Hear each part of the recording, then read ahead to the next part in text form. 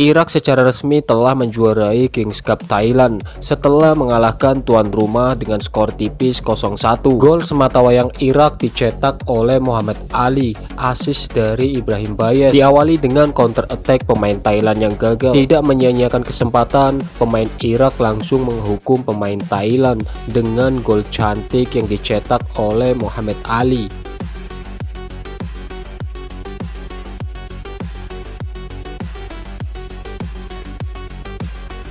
Di atas kertas, Thailand menggunakan pendekatan 4-2-1-3 ketika attacking. Satu wingback kanan Thailand akan invert ke atas sehingga membentuk formasi 4-2-1-3. Dan ketika bertahan, wingback kanan Thailand ini akan turun lagi ke bawah. Jadi wingback kanan Thailand ini perannya sangat penting sekali dalam membantu serangan Thailand.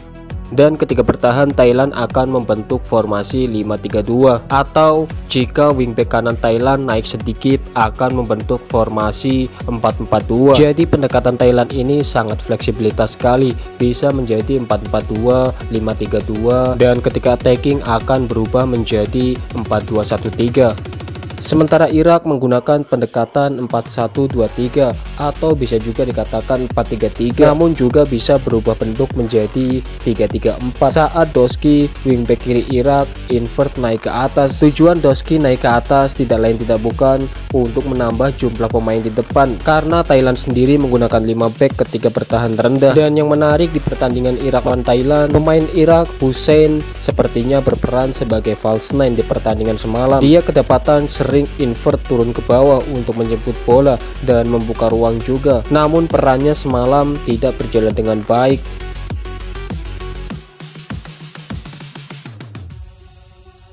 Di pertandingan semalam jelas sekali Irak bermain high pressing, satu persatu pemain Thailand di man-to-man marking. Jadi semalam khususnya di babak pertama pemain Thailand kesulitan untuk mengembangkan permainan karena pemain Irak melakukan high press terhadap pemain Thailand. Maka dari itu Thailand semalam banyak bertahan ketika menghadapi Irak di final Kings Cup tahun 2025.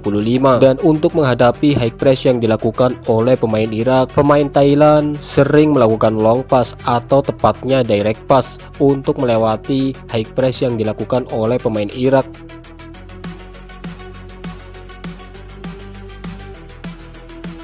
Karena blok 4-2 susah dilewati oleh pemain Irak, maka dari itu semalam pemain Irak juga sesekali melakukan direct pass untuk memanfaatkan second ball, tapi itu tidak sering dilakukan oleh pemain Irak di pertandingan semalam.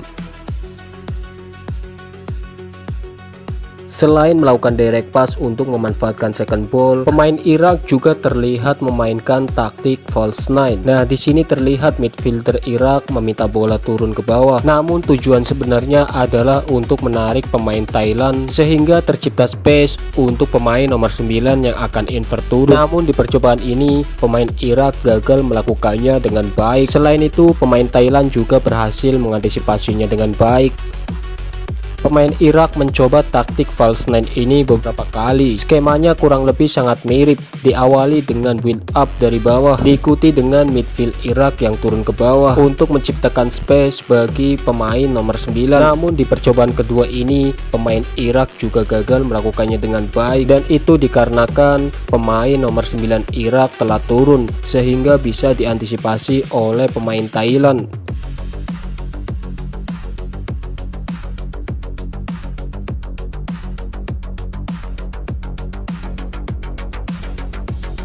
Graham Arnold ketika melatih Australia terkenal dengan ciri khasnya yang sering menggunakan taktik early cross untuk mencetak gol. Selain itu, pemain Australia ketika masih dilatih Graham Arnold juga sering memenangi duel-duel bola udara. Dan kini ketika melatih Irak, Graham Arnold juga menerapkan taktik yang serupa. Dan semalam pemain Irak sering melakukan early cross untuk mencetak gol, dan skemanya juga kurang lebih sangat mirip. Terlihat di sini ada 3 pemain Irak di area area final dan 2 pemain Irak di mid area sebelah kiri Vietnam. Dan ketika 2 pemain Irak sulit menembus pertahanan Thailand, maka 1 pemain Irak yang berada di area final third akan ikut membantu, dan itu secara tidak langsung membentuk triangle rotation. Dan skema seperti ini banyak sekali dicoba oleh pemain Irak di pertandingan semalam, dan kemungkinan besar ini akan dijadikan senjata untuk Irak saat menghadapi Indonesia dan juga Arab Saudi.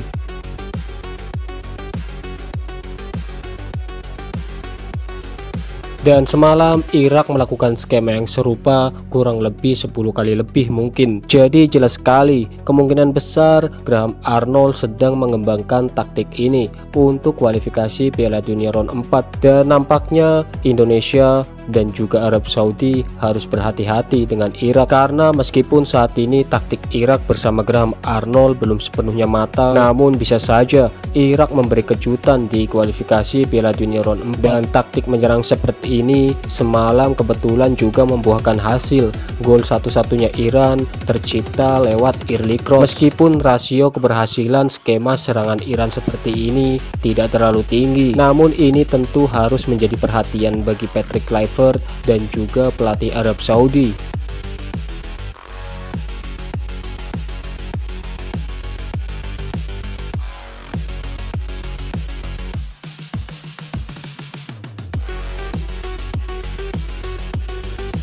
Irak tentunya masih memiliki kelemahan yang sangat besar, dan kelemahan Irak ini ada pada pemain Irak yang kurang lebih tidak memahami taktik Graham Arnold dengan baik, sehingga semalam taktik seperti false nine berhasil diantisipasi oleh pemain Thailand. Dan semalam juga terlihat setelah pemain Irak gagal menjalankan taktik false nine, pemain Thailand langsung melakukan serangan balik. Sayangnya counter attack pemain Thailand tidak berjalan dengan baik, dan mungkin itu adalah salah satu kelemahan terbesar Irak, dan mungkin jika tidak segera diperbaiki oleh Graham Arnold dengan sesegera mungkin itu akan dimanfaatkan oleh Indonesia dan juga Arab Saudi yang akan menjadi lawan Irak di kualifikasi Piala Dunia round 4. Jadi meskipun Irak berhasil menjuarai kejuaraan Kings Cup Thailand, namun secara keseluruhan permainan Irak belum cukup memuaskan. Selain itu, Irak yang cenderung memainkan high press dan juga man-to-man marking tentunya akan sangat menarik jika bertemu dengan Indonesia, karena kedua tim ini